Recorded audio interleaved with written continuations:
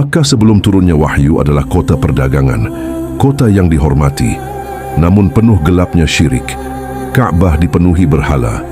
Pimpinan Quraisy adalah tokoh-tokoh besar, Abu Sufyan, Walid bin Mughirah, Umayyah bin Khalaf, dan di antara mereka yang paling angkuh adalah seorang laki-laki cerdas bernama Amr bin Hisham yang kemudian digelar oleh Rasulullah SAW sebagai Abu Jahal. Artinya, bapak kebodohan, bukan bodoh dalam ilmu. Ia sangat cerdas, namun kebodohannya adalah enggan tunduk pada kebenaran. Ketika cahaya pertama turun di Gua Hira, ketika Jibril menyampaikan Iqra, dunia berubah, namun tidak semua menyambut cahaya itu. Bagi Abu Jahal, Islam bukan hanya agama baru, tetapi ancaman pada status, kekuasaan, dan kedudukannya di Quraisy. Ia mulai menghasut kaumnya. Muhammad memecah belah kita. Muhammad ingin menggulingkan nenek moyang kita. Ia tahu kebenaran, tapi menolaknya karena kesombongan, sifat yang pernah menghancurkan iblis. Suatu pagi, Nabi Muhammad SAW sedang salat di dekat Ka'bah. Lalu Abu Jahal mendekat dan mengancam, "Kalau aku melihat Muhammad sujud lagi, aku akan injak kepalanya."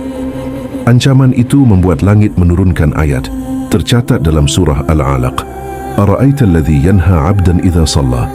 Tidakkah engkau melihat orang yang melarang hamba Allah ketika ia salat? Menurut Ibnu Katsir dan para ahli tafsir, ayat ini turun tentang Abu Jahal. Abu Jahal maju untuk benar-benar menginjak Nabi SAW. Namun tiba-tiba, wajahnya pucat, matanya membesar ketakutan. Ia mundur, lalu berlari ketakutan. Kaumnya bertanya, "Apa yang terjadi padamu?" Ia berkata dengan suara gemetar, "Aku melihat parit berisi api, dan sesuatu seperti sayap-sayap besar yang ingin menangkapku."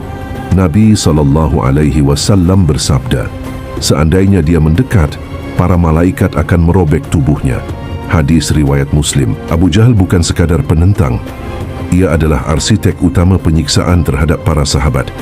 Ia menyiksa Bilal bin Rabbah. Ia mengusir keluarga Yasir. Ia memimpin pemboikotan selama 3 tahun sehingga kaum muslimin kelaparan. Ia mempermalukan Rasulullah SAW, melempar kotoran unta ke punggung baginda saat sujud. Setiap amalnya menambah murka Allah. Allah berfirman, "Fi qulubihim maradun fazadahumullahu maradan." Di hati mereka ada penyakit, lalu Allah tambahkan penyakit itu. Surat Al-Baqarah ayat 10. Dalam banyak riwayat sahih, Abu Jahal beberapa kali hampir kehilangan nyawa. Ketika mendekati Nabi SAW saat beliau salat, ia melihat makhluk yang tidak pernah dilihatnya sebelumnya. Sayap yang menutupi ufuk, kilatan api, dan suara yang bukan dari dunia. Namun ia tetap berkata, "Demi Lata dan Uzza, aku tidak akan berhenti memusuhi Muhammad." Ini adalah kesombongan yang membunuh jiwanya sendiri. Lalu datanglah Perang Badar, hari yang Allah sebut sebagai Yaumul Furqan, hari perbedaan antara hak dan batil. Abu Jahal keluar memimpin 1000 pasukan Quraisy penuh keangkuhan. Ia berkata, "Kita minum khamr, kita makan, dan kita tunjukkan kepada seluruh Arab bahwa Quraisy adalah penguasa." Namun Allah menulis akhir hidupnya di lembah Badar. Saat perang berkecamuk, para malaikat turun bergantian. Abu Jahal terjatuh, luka parah, tidak mampu berdiri.